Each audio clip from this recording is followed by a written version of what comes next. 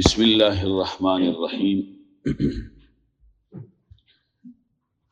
سورہ بقرہ شریف کی آیت نمبر 3 کے تحت کل ہم نے زکوٰۃ کے مسائل کو بیان کیا۔ اس میں ایک چیز یہ بھی یاد رہنی چاہیے کہ زکوٰۃ جو اپنے مال کی نکالی جائے گی، مستحق کو اس کا مالک بنانا ضروری ہے، ملکیت ضروری ہے۔ اگر راستے میں کوئی چندہ باکس، کوئی ایسا ڈبہ پڑا ہے جس میں انہوں نے لکھا ہوتا ہے کہ آپ یہاں پر اپنے مالی صدقات کو ڈال دیں، تو کئی لوگ ناسمجھی اور لا علمی کی وجہ سے، دین نہ سیکھنے کی وجہ سے وہ سمجھتے ہیں چونکہ یہ صدقہ ہے تو لہذا مالی صدقہ اس میں ڈال دیا تو اس سے زکوٰۃ ادا نہیں ہوگی، چاہے وہ 10,000 روپے ہو تو چاہے 10 لاکھ روپے ہو، وہ آپ کے ذمے پر ہی رہے گی، کیونکہ آپ نے کسی کو مالک ہی نہیں بنایا، بس صرف اس ڈبے میں ڈال دیا۔ تو اسی لیے مستحق جو ہو، مستحق اس مستحق کو اس کا مالک بنانا ضروری ہے۔ کئی ایسے ڈبوں پر لکھا ہوتا ہے، تو اسی طرح سے جو بڑی احتیاط ہے خصوصاً دعوت اسلامی کی، تو انہوں نے باقاعدہ نفلی صدقات لکھے ہوتے ہیں، کیونکہ واجب صدقات لازمی بات ہے، نفلی صدقہ آپ بس اس میں ڈال دیں، 10 روپے ڈالیں تو چاہے 1000 روپے ڈالیں، لیکن اس میں اسی لیے نفلی صدقہ لکھا ہوتا ہے کیونکہ واجب صدقہ اس میں ڈالنے سے یعنی زکوٰۃ ادا نہیں ہوتی، کیونکہ آپ اس میں زکوٰۃ میں ملکیت شرط ہے، مالک بنانا بھی ضروری ہے کہ مستحق کو آپ دیں اور مالک بنائیں۔ پھر اس کے بعد یہ وکالت کے مسائل شروع ہو جاتے ہیں۔ ایسے ہی کسی بھی ایسی جگہ پر جیسے مسجد میں ڈائریکٹ زکوٰۃ نہیں لگتی، مدرسے میں ڈائریکٹ زکوٰۃ نہیں لگتی، دیگر جگہوں پر قبرستان میں، تو سب سے پہلے یہاں پر ہیلا کیا جاتا ہے، یعنی آپ اگر زکوٰۃ ہے آپ کے اوپر، سب مثال کے طور پہ 30-40 ہزار روپے یا جتنے بھی، تو آپ دے دیں کہ جی یہ مدرسے پہ یا مسجد میں لگا دیا یا قبرستان میں، تو یہ میں نے پیسے دے دیے، تو لہٰذا وہ جب تک کسی مستحق کو اس کا مالک نہیں بنائیں گے اس پیسے کا، تب تک وہ زکوٰۃ ادا نہیں ہوگی۔ اگر بغیر ہیلا کیے کسی ایسی قبرستان میں، مسجد، مدرسہ میں پیسہ لگا دیا اور پھر اس کو آگے استعمال کیا گیا یا تنخواہ مدرسین کو دی گئی، تو یہ حرام ہوگا، کیونکہ جن کو زکوٰۃ یعنی مالک کی پہلی بات نہیں بنایا۔ پھر دوسری بات یہ ہے کہ ایسا اب پتہ نہیں کس تک پہنچا ہے کہ وہ زکوٰۃ کا مستحق تھا بھی یا نہیں تھا، تو اگر زکوٰۃ کا وہ مستحق ہی نہیں تھا تو یہ کام جو ہے وہ سارا ناجائز ہو جائے گا، حرام معاملے کی طرف چلا جائے گا۔ تو اسی لیے پھر یہاں پر ہیلا کیا جاتا ہے، اور ہیلا بھی علماء نے مکروہ لکھا ہے، کیونکہ اللہ کے دین کے لیے جو پیسہ دیا جائے تو وہ خالص پیسہ دیا جائے، نہ کہ مال کا میل دیا جائے۔ لیکن اس پر پھر فتویٰ جو ہے وہ دیا گیا تاکہ مدارس چلانے بڑے مشکل ہو گئے، بہت زیادہ مشکلات کا شکار ہے۔ مدارس کی جانب جائے نا، ہمارے قدیم ایسے ادارے ہیں تو وہ بہت زیادہ مشکل ہے، اور مدرسے کے بغیر تو معاملہ ہی درست نہیں۔ اگر مدرسے نہیں، مسجد ختم۔ امام بخاری جیسے اور امام مسلم جیسے اتنے بڑے بڑے جلیل القدر لوگ جو علم کے مرکز رہے ہیں، کہ جہاں سے اللہ نے اتنے بڑے بڑے علماء دین کے وہاں سے پیدا فرمائے، تو ان جگہوں پر بھی آپ جائیں تو وہاں مسجد ختم ہے، کیونکہ مسجد آباد ہے مدرسے سے، مدرسہ ختم، مسجد ختم، کیونکہ مسجد کو کون آباد کریں گے؟ علماء آباد کریں گے، وہ چاہے کچی ہو یا پکی ہو، اس سے قطع نظر مسجد کی آبادی عالموں سے ہوتی ہے اور کسی کچے پکے ہونے سے نہیں ہوتی۔ تو جب عالم ہی موجود نہیں ہے یا جو ان تمام چیزوں کو جانتے نہیں، تو مسجد آباد کیسے ہوگی؟ تو اسی طرح سے وہ پھر یہ فتویٰ اگرچہ یہ مکروہ ہے، لیکن فتویٰ دیا گیا کہ وہ جو پیسہ دیا جائے زکوٰۃ کا، وہ دینے والا دے کہ یہ زکوٰۃ کا پیسہ ہے، تو وہ زکوٰۃ کا پیسہ کسی غریب نادار کو یا کسی طالب علم کو جو کہ مستحق ہو، تو اس کو پہلے مالک بنایا جائے۔ یہ پیسہ میں نے تمہیں زکوٰۃ کا دیا، پھر اس کو ترغیب دی جائے دینے کے بعد، کیونکہ اب تو وہ مالک ہو گیا، اس سے کوئی چھین نہیں سکتا، سمجھ رہے ہیں جی؟ کیونکہ وہ مالک ہو گیا، پہلے اس کو بتایا جائے، اس کو ہیلا کہتے ہیں۔ اب وہ مالک ہو گیا، اس کو ترغیب دی جائے کہ اللہ کی راہ میں دو، یہ اللہ رب ذوالجلال تمہیں دنیا و آخرت میں اس کا اجر عطا فرمائے گا، ایک کے بدلے میں 700 عطا فرمائے گا۔ واللہ یضاعف لمن یشاء، یہ اس کی شان ہے کہ اس سے بھی دگنا چگنا تمہیں عطا فرمائے۔ تو اب وہ دے گا زکوٰۃ، اب چونکہ وہ اس کا مالک ہو گیا، اب وہ تو زکوٰۃ نہیں دے رہا کیونکہ وہ تو غریب نادار ہے، زکوٰۃ کا مستحق تھا، میں نے زکوٰۃ دی تو میری زکوٰۃ ہو گئی۔ اب وہ جو آگے دے گا تو وہ اپنی طرف سے دے گا، کیونکہ ڈائریکٹ مدرسے پر زکوٰۃ، اس کو ہلا کہتے ہیں، مدرسے مسجد وغیرہ پر زکوٰۃ ڈائریکٹ نہیں لگتی، کسی مستحق کو مالک بنائیں گے اس کے بعد، ورنہ جو ہے وہ یہ زکوٰۃ ادا بھی نہیں ہوتی۔ جو اگر ایسا کیا بھی جائے تو یہ سب کے سب گنہگار ہوں گے، زکوٰۃ دینے والے کی بھی زکوٰۃ نہیں ہوگی اور جنہوں نے لی ہے ان کی بھی جو ہے وہ لازمی بات ہے گنہگار ہوگا آدمی، کہ وہ مستحق ہی نہیں تھا، وہ مالک ہی نہیں بنا، کیسے مالک بن سکتا ہے؟ جو مستحق ہو اس کو پہلے مالک بنایا جائے اور اس کے بعد جو ہے وہ یہ معاملہ کیا جائے۔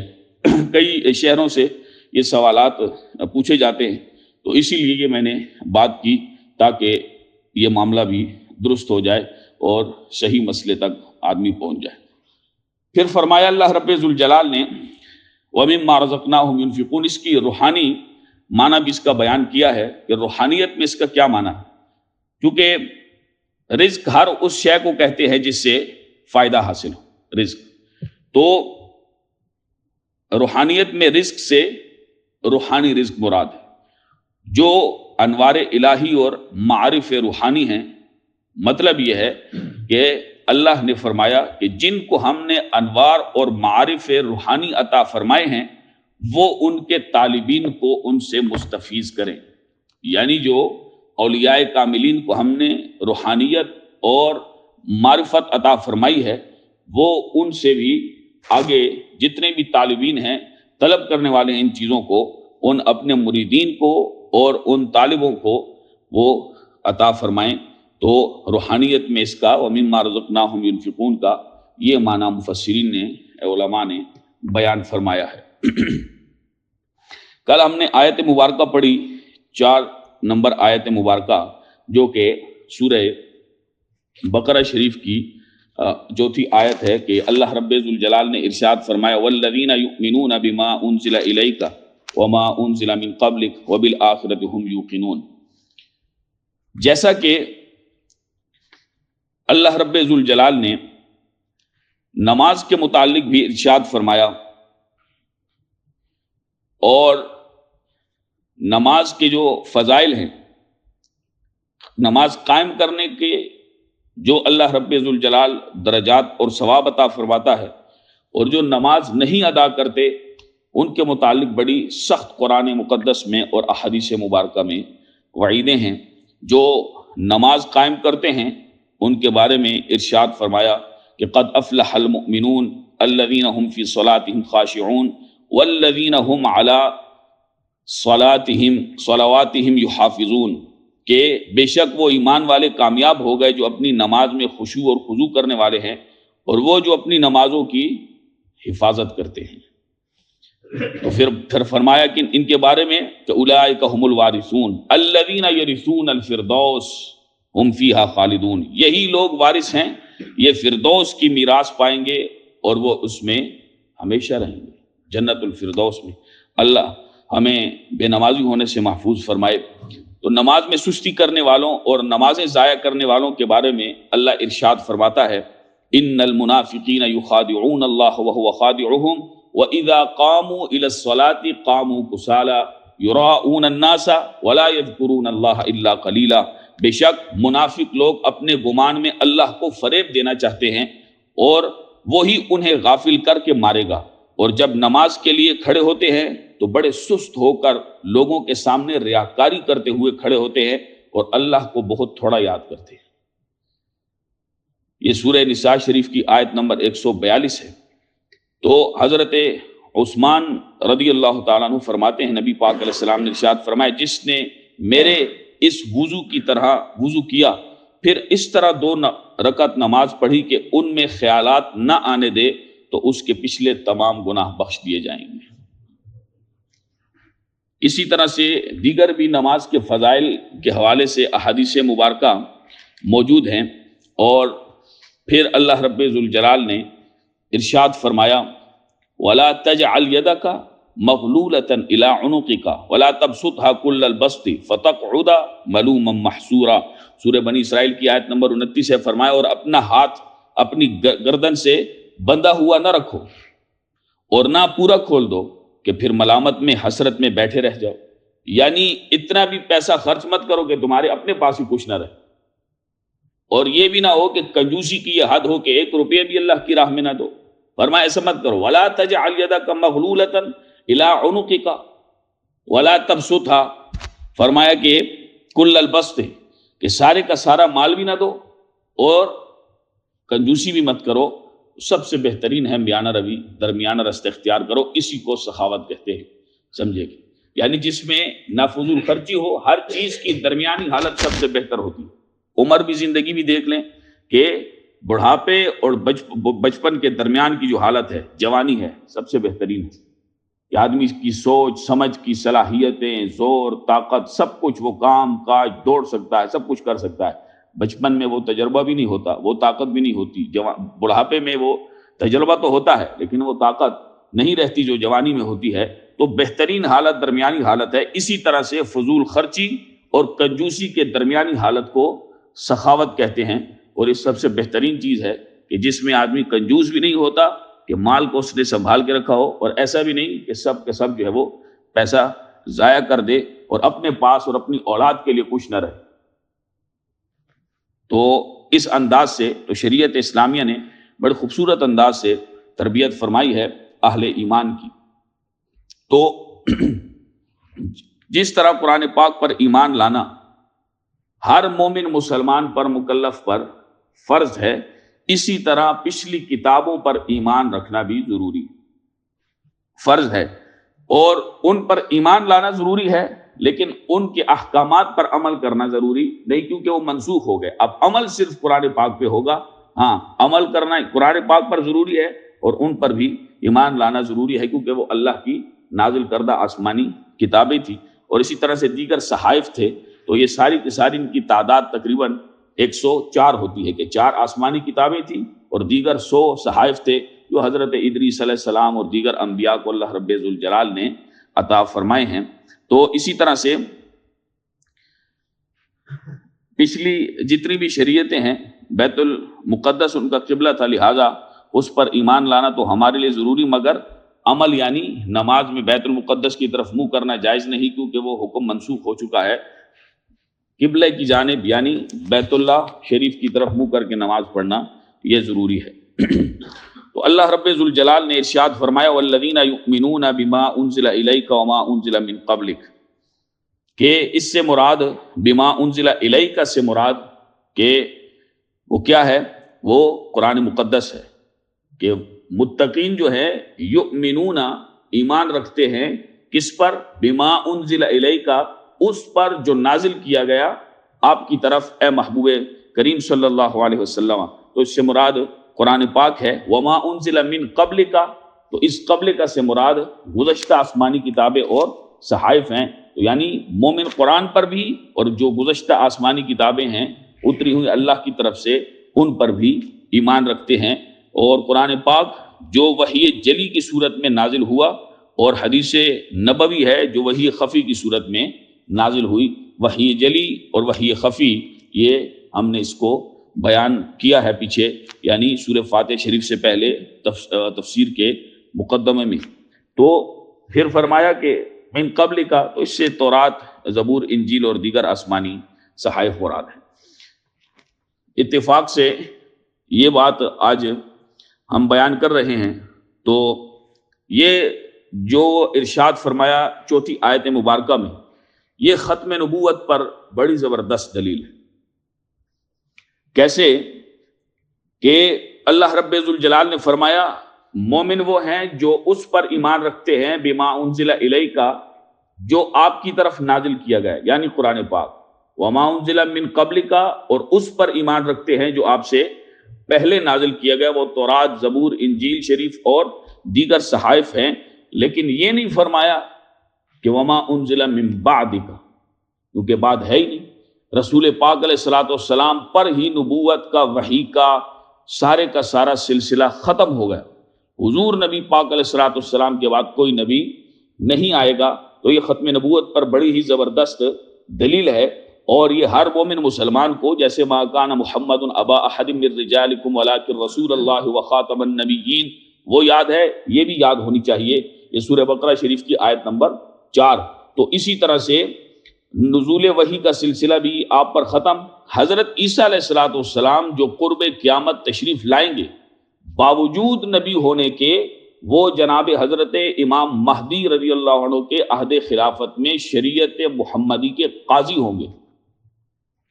وہ رسول پاک علیہ الصلوۃ والسلام کی شریعت کے قاضی ہوں گے، اور دنیا میں علماء نے 45 اور 40 سال لکھا ہے، 40 سال رہ کر وہ دنیا سے وصال فرما جائیں گے، اور حضور نبی پاک علیہ الصلوۃ والسلام کے وہاں روضہ شریف میں ہی آپ دفن ہوں گے، حضرت عیسیٰ علیہ الصلوۃ والسلام۔ تو حضرت رسول پاک علیہ الصلوۃ والسلام کی صحیح حدیث مبارکہ ہے کہ فرمایا کہ لو کان من بعد نبی لعاش ابراہیم، کہ اگر میرے بعد کوئی نبی ہوتا تو میرا بیٹا ابراہیم زندہ ہوتا۔ یعنی جو حضرت ابراہیم رضی اللہ تعالیٰ عنہ نبی پاک علیہ السلام کے فرزند ارجمند تھے، اور ام المومنین مومنوں کی ماں حضرت ماریہ قبطیہ جو رسول پاک علیہ السلام کے نکاح میں تھی، حرم میں تھی، حضور علیہ السلام کی زوجہ تھی، ان سے اللہ نے حضور علیہ السلام کو جو بیٹا عطا فرمایا وہ حضرت ابراہیم علیہ السلام، جو بچپن میں ہی اللہ نے لے لی۔ تو اس کی کئی حکمتیں تھیں، اور اس کے علماء نے ایسے جاندار اور خوبصورت جوابات دیے ہیں، وہ اللہ رب ذوالجلال کی حکمتیں ہیں۔ اتنی موٹی موٹی کتابیں لکھی گئی، اور تمام کفر کے منہ، مستشرقین کے منہوں کو بند کیا گیا کہ کسی نے کیا باتیں کی تو کسی نے کیا باتیں کی۔ اللہ اکبر کبیرہ۔ تو کیونکہ لڑکا جو ہوتا ہے یہ مرد کی طرف سے ہوتا ہے، اس پر ہم زیادہ تفصیلی کلام نہیں کریں گے۔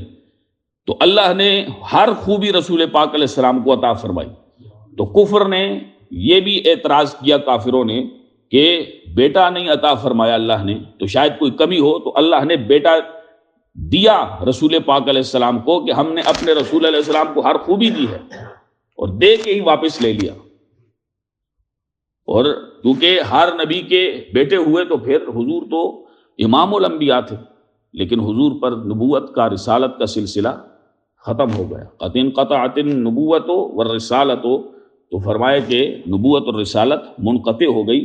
تو اس پر بڑا تفصیلی کلام ہے۔ اسی طرح سے حضور علیہ الصلوۃ والسلام نے ارشاد فرمایا لو کان من بعد نبی لکان عمر، یعنی اگر میرے بعد کوئی نبی ہوتا تو وہ عمر بن خطاب ہوتا، لیکن حضور نے فرمایا کہ لا نبی بعدی ولا رسول بعدی، میرے بعد نہ کوئی نبی ہے نہ میرے بعد کوئی رسول ہے۔ ہمیشہ ایک بات میں کہتا ہوں کہ جتنے بھی وہ کفر ہے نا، جتنا بھی کفر ہے، یہ سارے کے سارے بدعقیدہ، بد مذہب، یہ مسلمانوں کی عزت کے، ان کے مال کے، ان کی جان کے، ان کے ملکوں کے کبھی بھی خیر خواہ اور ہمدرد نہیں رہے۔ کیونکہ جو بھی محبت سے بات کرتا ہے ایسا کوئی شریر آدمی، تو وہ اس نے صرف اور صرف شرارت یہ کرنی ہوتی ہے کہ اس نے دوسروں کو شکار کرنا ہو۔ تو محبت ایسی چیز ہے جس سے ہر ایک کو بڑے آرام سے سلا کے کاٹا جا سکتا ہے۔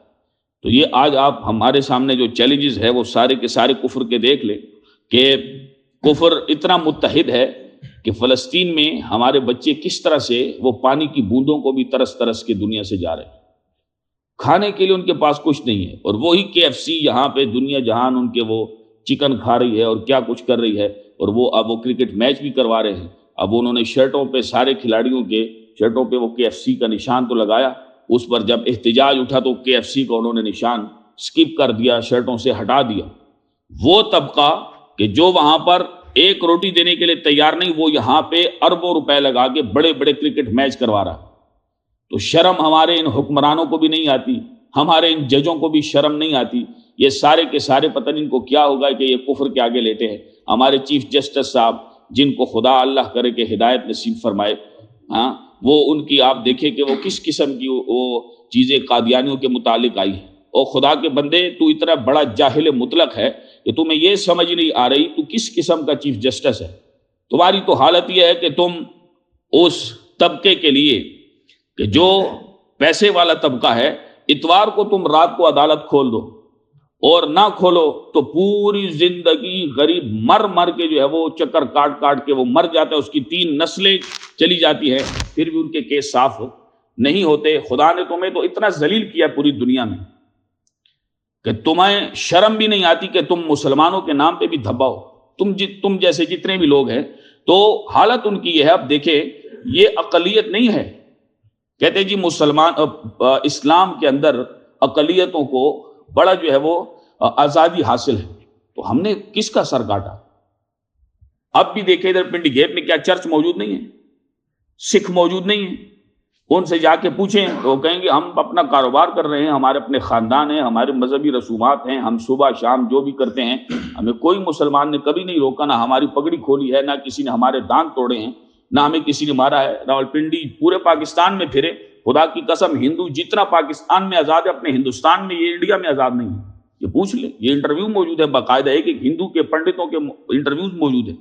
چرچوں میں جائیں ان عیسائیوں کے, ان سے جا کے پوچھیں, پادریوں سے جا کے پوچھیں, ان کے بشپس جو ہیں جتنے بھی, ان لوگوں سے پوچھیں, عیسائیوں سے پوچھیں, وہ کاروبار کر رہے ہیں, ان کے باقاعدہ اسکول ہیں, وہ اپنی جو ہے وہ مذہبی جتنی بھی رسومات ہیں اتوار کے دن وہ ادا کرتے ہیں, ان سب کے سب کو ادا کر رہے ہیں. کس کو روکا ہے کسی نے؟ مرزائیوں کے متعلق بات کرتے ہیں تو پہلے ان کو کہو کہ وہ اپنے آپ کو اقلیت ڈکلیئر کریں. وہ تو کافر ہیں, پکے مرتد ہیں. یہ کیسے اقلیت ہو سکتے ہیں؟ تمہیں ابھی تک یہ فرق نہیں سمجھ آیا. ایک بچے کو بھی معلوم ہے پاکستانی کے مرزائی اقلیت نہیں ہے, یہ مرتد ہیں. تم ان کو اقلیت کہہ کے آزادی آزادی کہہ رہے ہو کہ وہ آگے پاکستان کے دشمن ہیں, اور پھر جو ہے وہ تم کیا کرنا چاہتے ہو اس پاکستان کے ساتھ جو اسلام کے نام پہ بنا؟ تمہیں ذرا سی بھی شرم نہیں آتی, نہ خوف خدا, نہ شرم نبی, یہ بھی نہیں وہ بھی نہیں. پہلے کیونکہ ختم نبوت کا جو عقیدہ ہے کہ حضور ہر قسم کی, کیونکہ حضور علیہ السلام نے فرمایا انا العاقب, اور عاقب حضور نے فرمایا میں عاقب ہوں. عاقب وہ ہے کہ جس کے بعد کوئی نبی نہیں. ذلی بروزی جو مرزا قادیانی اس نے جہنمی نے جو اس قسم کی یہ باتیں کی, یہ جذباتی باتیں نہیں, یہ عقیدے کی, یہ اسلامی عقائد کی اور ضروریات دین کی باتیں ہیں. کہ جیسے اللہ کو واحد و یکتا وحدہ لا شریک ماننا یہ فرض ہے, ایسے ہی رسول پاک علیہ الصلوۃ والسلام کو آخری نبی ماننا بھی یہ بھی دین ہے, یہ بھی فرض ہے. کہ اس کے بغیر اگر کوئی اللہ کو ایک مانے, تمام رسولوں کو, نبیوں کو, آخرت کو, جو جتنی تقدیر ہے خیر اور شر سب کو مانے, لیکن رسول پاک علیہ السلام کو آخری نبی نہ مانے, سب کچھ ماننے کے باوجود یہ پکا مرتد اور جہنمی ہے. یہ مسلمان ہے ہی نہیں. کیسے آپ بات کر سکتے ہیں؟ پوری لغت عرب اٹھائیں, خاتم النبیین, خاتم ہو یا خاتم ہو, ہر صورت میں معنی آخری نبی ہوتا ہے. اس پر تو پارلیمنٹ میں اس زمانے میں مرزا ناصر جیسے لوگوں کو ہمارے علماء نے, علامہ شاہ احمد نورانی علیہ الرحمہ نے ناکو چنے چبائے ہیں, مناظرے کر کے, وہ امریکہ میں, پاکستان میں, دیگر ملکوں میں. تمہیں اب تک سمجھ نہیں آئی, ابھی تک تمہیں یہی پتہ نہیں ہے. پتہ ہے سب کچھ, لیکن تم کفر نواز بنے ہوئے ہو. تم نے پاکستان کو ایک تماشا بنا کے رکھ دیا.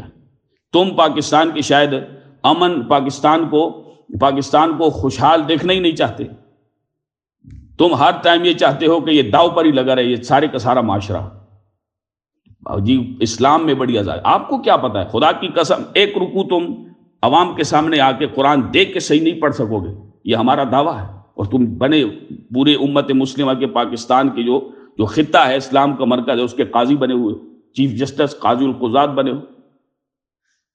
آپ کو شرم نہیں آتی؟ ہم یہی دعا کریں گے کہ اللہ ان آیات کے صدقے تمہیں شرم اور ہدایت نصیب فرمائے, کہ مرنے سے پہلے تمہیں یہ سب کچھ سمجھ آ جائے کہ تم جن کے لیے راستہ ہموار کر رہے ہو, یہ تو نہ پاکستان کے, نہ پاکستانی عوام کے, نہ ہی اسلام کے, یہ خیرخواہ ہے ہی نہیں.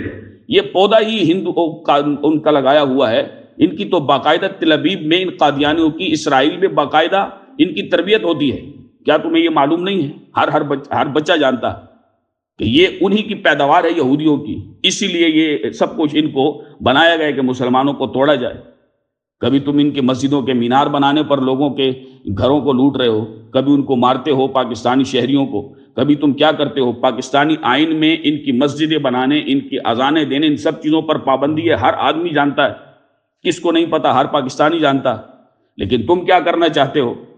وہ پھر یہی ہے کہ تم کفر نواز بنے ہوئے ہو, یہ کفر کو خوش کر رہے ہو. اور کفر کو خوش کرنے سے کوئی بندہ عزت والا نہیں ہوتا, وہ بڑا ذلیل و رسوا ہوتا ہے. تو یہ صرف کسی ایک جماعت کا تعلق نہیں, ہر مومن مسلمان کے ایمان کا مسئلہ ہے. ان کو کہو کہ یہ اقلیت اپنے آپ کو کہیں کہ ہاں بھائی ہم مسلمان نہیں ہیں. وہ مسلمان بھی کہتے ہیں اپنی ٹی وی کے اوپر, وہ ما کان محمد ابا احد من رجالکم, یہ پوری آیت بھی لکھتے ہیں.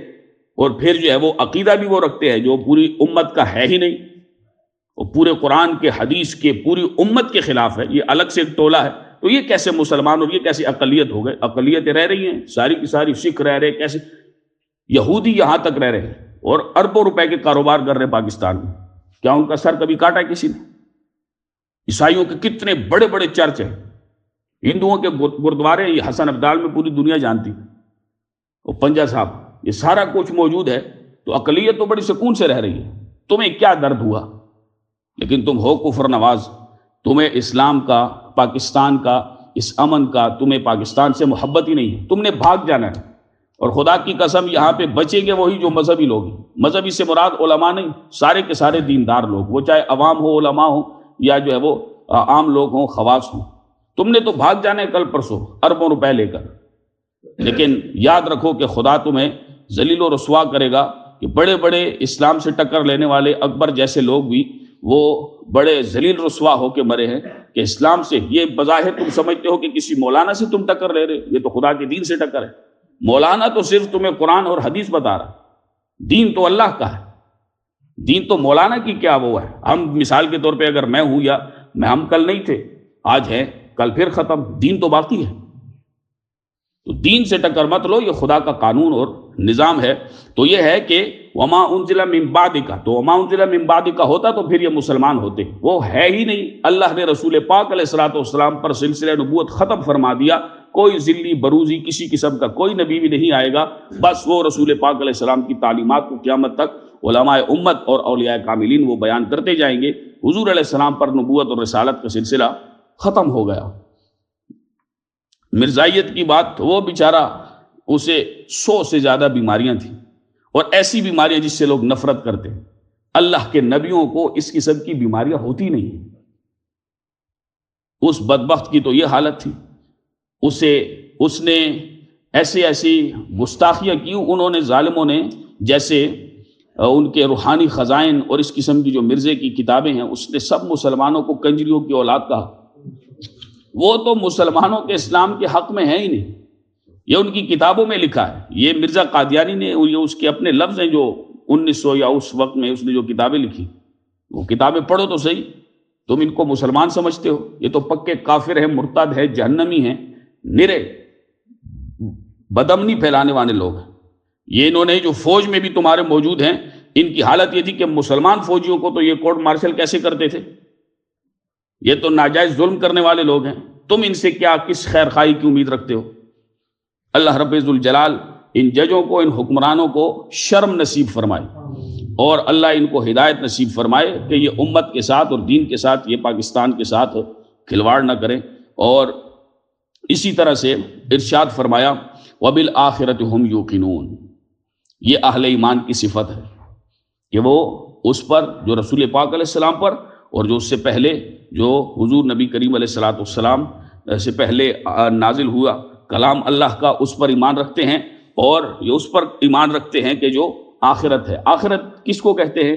آخرت سے مراد قبر کے حالات ہیں، اور حضرت اسرافیل علیہ السلام کا سور پھونکنا ہے، قیامت، حشر و نشر، حساب و کتاب، اعمال کا وزن، حوض کوثر، شفاعت، پل صراط، جنت کی ابدی نعمتیں، ہمیشہ ملنے والی نعمتیں اہل ایمان کو، اور دوزخ کا عذاب، یہ تمام چیزیں آخرت کہلاتی ہیں، اس کو آخرت کہا جاتا ہے۔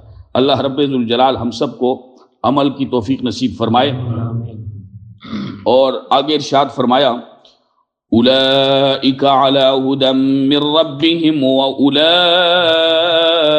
ھم المفلحون، یہی لوگ ہدایت پر ہیں اپنے رب کی طرف سے، اور یہی مراد کو پہنچنے والے ہیں۔ ارشاد فرمایا کہ جو ان صفات کا حامل ہوں، اہل ایمان متقی، ان کے لیے کیا ہے؟ مطلب یہ ہے کہ اس سے ثابت ہوا کہ اصل کامیاب یعنی جنت کو پانے والے اور دوزخ سے بچنے والے وہ لوگ ہیں جن کا عقیدہ درست ہے اور اچھے اعمال کرنے والے ہیں۔ یؤمنون بالغیب یقیمون الصلاۃ ومما رزقناہم ینفقون۔ تو اس سے یہ بات معلوم ہوئی، تو جو یہ آیت مبارکہ ہے، اور اس سے پچھلی آیات میں یہ ہے کہ مسلمانوں کو یہی اوصاف اپنے آپ میں پیدا کرنے کی تلقین دی گئی کہ نمازی ہونے چاہیے، ایمان ہے نمازی ہونے چاہیے، اور یہ ان تمام چیزوں کو ان کو ادا کرنا چاہیے، اس میں اس کی تلقین تھی۔ اور یہ جو اولئک علی ھدی من ربہم ہے، پچھلی آیات سے اس کا جوڑ کیسے ہے، ربط کیسے ہے؟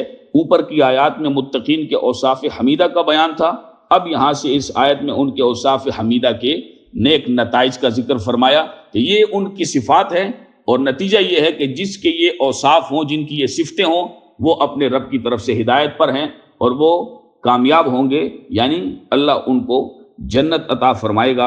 اور مطلب یہ ہے کہ نیکوکار مسلمان راہ ہدایت پر رہیں، اور آخرت میں وہی لوگ نجات کے مستحق ہیں جن میں یہ صفات پائی جائیں، ایمان بالغیب بھی ہو، اقامت صلاح بھی ہو، انفاق فی سبیل اللہ بھی ہو، اور یہ ساری کی ساری چیزیں جو صفات بیان کی گئی۔ اللہ رب ذوالجلال ہم سب کو بے عملی سے محفوظ و معمون فرمائے، اور حضور نبی پاک علیہ الصلوۃ والسلام کے خصوصاً جتنی بھی تعلیمات ہیں اور جو عقائد ہیں اور اعمال کے لحاظ سے آج جو امت مسلمہ کو گمراہ کیا جا رہا ہے، اللہ اس گمراہی سے ہمیں بچنے کی توفیق نصیب فرمائے، اور کفر کی صورت میں جتنے بھی یہ لوگ ہیں ان کی سازشوں کو اللہ رب ذوالجلال بے نقاب فرمائے اور نیست و نابود فرمائے، اور امت مسلمہ کو اللہ رب ذوالجلال اپنے خصوصی فضل و احسان سے نوازے، اور خصوصاً ختم نبوت شریف کے ساتھ جو یہ کھلواڑ کیا جا رہا ہے، اللہ رب ذوالجلال ان تمام اشرار کے شر سے ہمیں، ہماری اولادوں کو، ہر مومن مسلمان کو محفوظ و معمون فرمائے۔